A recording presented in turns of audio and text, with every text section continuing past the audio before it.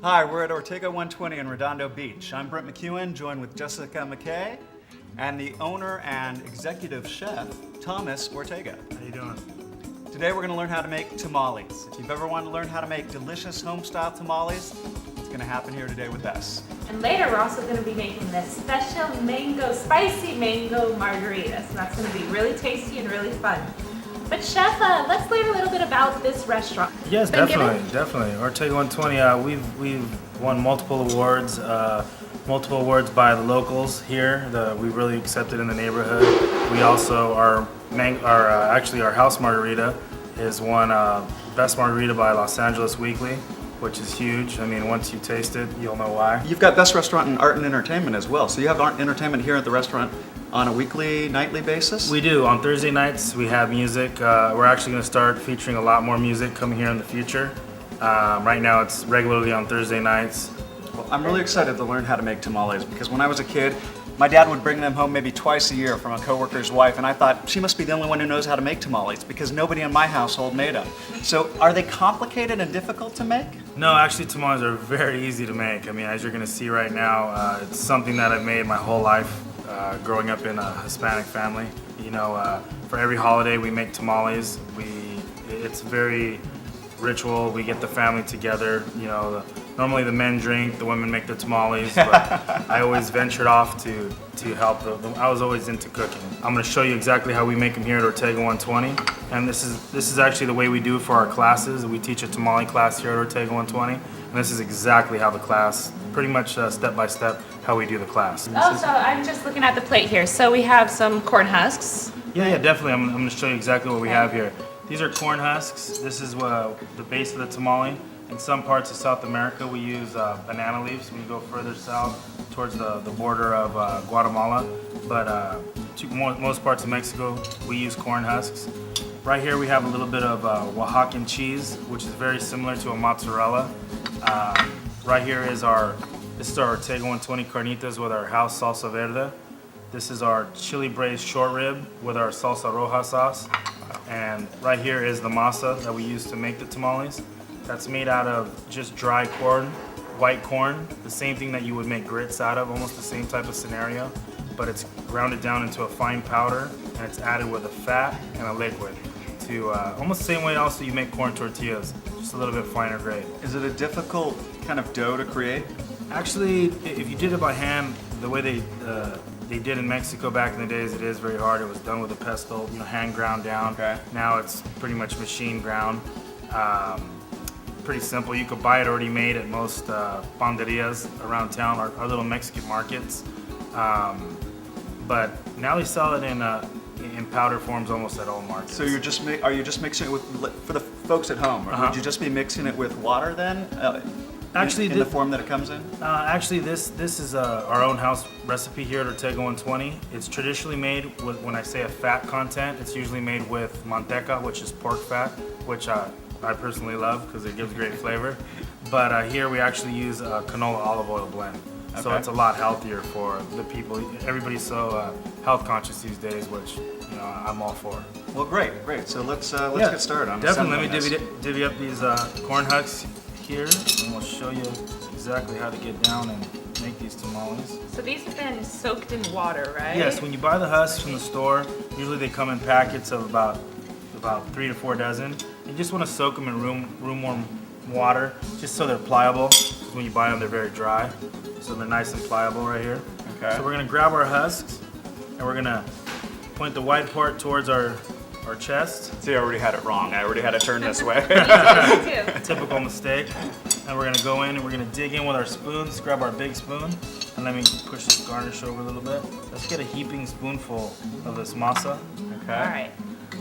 All right, Brent, I guess we're gonna see who can make a better tamale, you or me, right? It's on. The loser has to take a shot. No, okay, I plan on losing, man. Definitely. Okay, so you're just spreading it out. Okay, I can't get it off the plate, so clearly I'm losing already. Bring the shot over. Where's Demi? Okay, so we're gonna just do a nice smear in the husk. Okay. Not too thin, not too thick.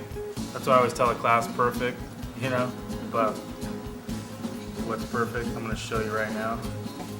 Then we got this nice spread. This is right here. This is what we're looking for. Okay, so I need to get it. Right here. This is what we're looking for. Excellent, okay. Perfect. Alright. I think you said So, perfect. when how you many said different types of tamales does Ortega 120 make? We traditionally make these two types, or our real popular type. We also do a chicken with salsa verde. We also do a vegetarian, a mushroom, a sauteed mushroom and spinach, Ooh, that which sounds is really, really nice. We also do a chicken and mole. I like to change it up. I mean, basically growing up, making tamales, as a kid, I'd run over there and it'd be like whatever I could find in the cabinet, and I'd make a surprise tamale, you know, or the refrigerator. You know, my family, we traditionally put different stuff in it, olives and, you know, different sorts of meats, and my grandma used to do a little thing like the prize of whoever found it with the olive in it is a special person. I like you that, know. that's great. Very but, nice. A definitely. tamale treasure hunt. Yeah, exactly. Okay, are we, who's winning so far? Don't say it, don't say Definitely me. Wait, I didn't know you were in the running. Okay, so now we're gonna go with our other spoon here, and Okay. I'll go with the carnitas with salsa verde, and a little goes a long way. So you know, you just want to put a little bit right down the middle. Maybe 2 tablespoons, something like that? Yeah, about Ish. a tablespoon and a half, full tablespoon. There we I are. like to overstuff my tamales, so. Here with a little bit. Yeah, go with the red right there. So Yeah. down the line, straight in the middle, right? Yeah, right down the middle. Perfect. Yeah, they're doing a great job. I'll hire you guys if you want to be tamale makers. Set up shop out front. You heard it. All right. And then I'm going to take a little bit of this queso Oaxaca and I'm going to sprinkle it right down the middle. What does Oaxaca mean? Oaxaca is actually a state in Mexico. It's one of the most southern parts towards the north, towards on the border of Guatemala. A lot of the people from Oaxaca are traditional Indians. They eat a lot of traditional different types of food. You know, there's such a big misconception with Mexican food here. You know, you see a lot of this fast food, the burritos and the cheddar cheese on everything. That's absolutely the opposite of what people eat in Mexico. We eat the freshest and the best ingredients, just like any other country that's local and around you that's easily obtainable. You know. And Well, you know, you bring up a really good point. I was looking on the website and it says modern Mexican cuisine. And you've also given us a lot of history right now, that being you come from a very classical background. So what's the modern part mean? Modern is just bringing it to 2011. You know, keeping it rustic, but also adding that modern twist to it and modern produce. You know, a lot of this, like the watercress you see here. You know, it's Okay. hydroponic watercress, and a lot of micro herbs. On a lot of the dishes that go out, you'll see some micro cilantro. You know, it's just nice little baby cilantro on top. And, Great. you know, I try to keep it traditional, but add a new new flair to it. Nice, I like that. And then the next step we're gonna do is we're just gonna fold the one part of the husk directly over to the other, so it's even. We're gonna smash down that masa so it's nice and stuck together. You guys are doing a great job. And then with the access, we're gonna fold it back over. And then the bottom part, we're just gonna fold up. And there it is. We have a tamale. Oh, that was much easier than I expected. Very easy. That one's kind of falling apart. Now just make about 100 more. So Wow, that is really interesting. I like Well, that. that'll do for lunch, but what about you guys? definitely. And that's tamale 101. All right, very cool. So then from here you steam them, is that correct? Yes, from here we steam them in a big batch. At home when you're making them. Nowadays, actually at Target, they sell tamale pots, so you can buy a tamale pot at Target. Okay. If not, a lot of rice cookers these days have steamers above them. You can steam it in the rice cooker. Or you can do it the old-fashioned way with just a little bit of water, another little pot inside, put them on top, and just let them steam. And roughly for, say you make about a dozen, it'll take you about 45 minutes to an hour. Just check it. The masa will start to dense up, and you basically can't overcook a tamale. Now, how long have you guys been here? We've been here going on 3 years. Fantastic. And in the economy that what we're dealing with today, a lot of people are looking for the happy hour gigs and everything else. How would you recommend or advertise your restaurant in terms of deals and? Actually, I mean, I don't think there's any bigger bang for the buck for what we give. You know, we serve all natural ingredients. We serve, you know, borderline organic produce. Everything that we serve behind that bar is all fresh juice, we pretty much don't buy anything. Everything's made from scratch. And where can you get that these days? Pretty great. much nowhere. Good. I hate to admit it, if you're getting a shot on this food right now, I am the loser, in fact, and I do get my shot. There's no question. Now, the only thing better than Mexican food is the liquid accompaniment. And today we've got Demi Stevens, the co-owner and master mixologist here at the restaurant, who's going to show us one of their spicy mango margarita, right? Correct. Okay. And a couple others we're going to throw good. at you too. So some quick ones. The easiest thing to know about making any cocktail, not just the margarita, is that you need to have a specific ratio. So it's 3 parts alcohol, 2 parts something sweet, 1 part something sour, and 0.5 is either melted ice or water or straight ice that is continuing to melt. Okay. So if you have those ratios, you can make any cocktail taste good. If your cocktail is off, it's the ratios usually. We make all of our own mixes here.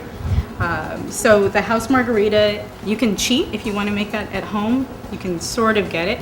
I can tell you most of what's in it. I tell you all of it, I'd have to kill you.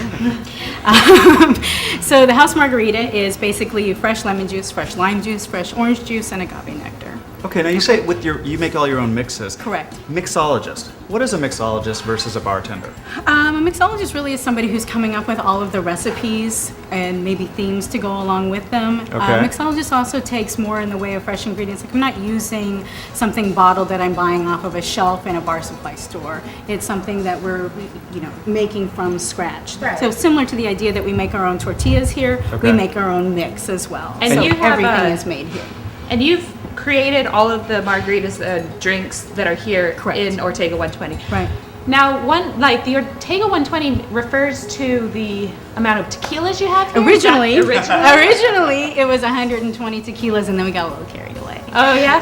So how many now do you there's have now? 240 back there right now, and they range in price from $5 or $6 for a shot on up to a $200 a shot bottle of tequila. It was $2,400 bottle. Wow, okay. It's the Jose Cuervo 250 Anniversario. So there were 492 made in the world, one of which is here. Great. Yeah. All right. Well, let's see how this cocktail gets put together. So we're gonna do spicy mango first. Sure. Sounds fantastic. It's spicy. It's spicy because of my little niece, who says it's spicy and shut up and that kind of stuff. So I'm making these as though you were making them at home. And at home you're probably putting your fingers in the ice. As long as nobody sees you do it, you'll be all right. Okay, this is called a Boston shaker, what I'm using, which is a metal shaker. Okay. And a glass. It's a pint glass. I like these because the other shakers, they tend to either you can't get the tap off of it or the strain through, and when it does come off, it's while you're pouring into your drink. So that one's not a whole heck of a lot of fun. Plus, it gives you lots of shaking power, right? Exactly. Yeah. Exactly. And I'll show you how to take it off too for yourself. I'm a little bit of a heavy pour. This is an Avion Silver. Blanco And I'm tequilas. liking you a lot, but you're heavy for it. Blanco tequilas are really good to make your drinks with, Blancos and Reposados. But here, a lot of people have the idea, well, you shouldn't use an añejo in a mixed cocktail, and I wholeheartedly disagree. I treat my añejos like I would treat a scotch or a whiskey. And so, for instance, we have a drink Okay. on the menu called an abuelo, which is basically an old-fashioned. The phrase old-fashioned doesn't translate into Spanish. So abuelo means grandfather. It's the exact same recipe as though you were making it with a scotch, whiskey, or a bourbon. Okay, great. Okay, so this is going to be 2 ounces. Or maybe 3. Give or take an ounce. Well, you got to keep in mind it's coming out of this smaller container, so it's going to look a little bit different. This is a mango puree. You can, in place of ice in this one, once you've done your shaking, if you wanted to strain, you can strain into a glass that has frozen chunks of mango as well. And that's a neat little trick when making a cocktail because the mango chunks aren't going to melt and water down your drink. So if you really just want to sit and nurse a cocktail for a little while, Yeah. it really Plus, works. it makes a nice little appetizer after the cocktail's Exactly, done. or breakfast. Right? So my advice on mango purees, though, would be don't skim. Go ahead and buy a decent puree. There are a Okay. number of local stores around here that carry frozen mango purees, so it's super, super easy. So you're going to do about 2.5 to 3 tablespoons have that. And this is called pico de gallo. It is a dried pico de gallo. So it's not the chopped up onions and cilantro that you think of had no dipping idea your they chips made such a into. thing. Yeah, it's pretty wild. Wow. It's chiles and some salts, etc. The inspiration for this particular cocktail is a sucker called a chupa. Do you remember the Chupa Chups? Yes, I do Yeah, I actually. I remember those too. Yeah. I grew up So with they those. have a spicy mango chupa, and the idea with a lot of the drinks was to bring in a little bit of whimsy. So I like them pretty spicy. And the sweet and spicy is very popular right now. I mean, a lot of people are Exactly. bringing a lot of spiciness into their drinks, all Exactly. cocktails. Yeah, Okay. we have quite a few with that into it, and then we're going to put the ORTEGA120, the ORTEGA120 margarita mix into it. And this is the secret recipe that I would be killed if I knew. Exactly. So again, we make all of this stuff here, and then my most common question is, what do I do if it gets stuck? Everybody's had that happen.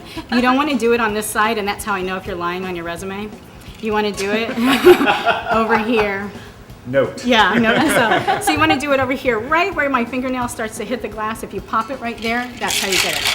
Now, do you teach, we're talking to Thomas and he does the Tamale 101. Do you teach any mixology or any We have a classes? Tequila University class.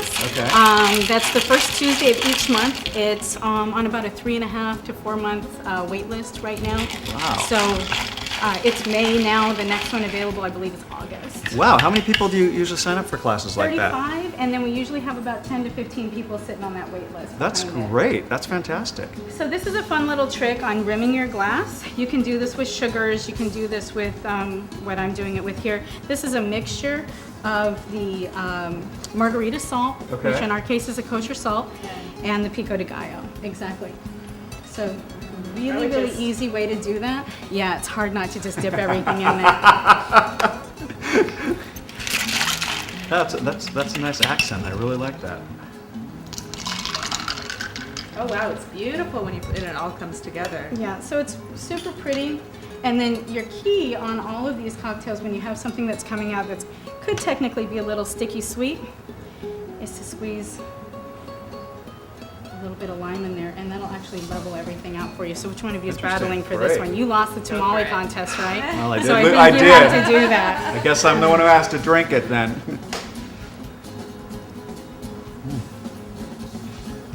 Oh my God, this is fantastic.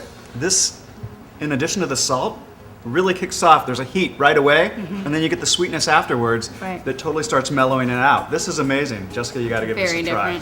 different. That is fantastic. Want a spicy mango margarita? Well, we had a great time here today at ORTEGA120. It's really a fantastic place, and I highly recommend you coming down and visiting it for yourself. You can see them at www.ortega120.com. And make sure you make a reservation because they do get really busy. So until next time, thank you for joining us, and we'll see you around the peninsula.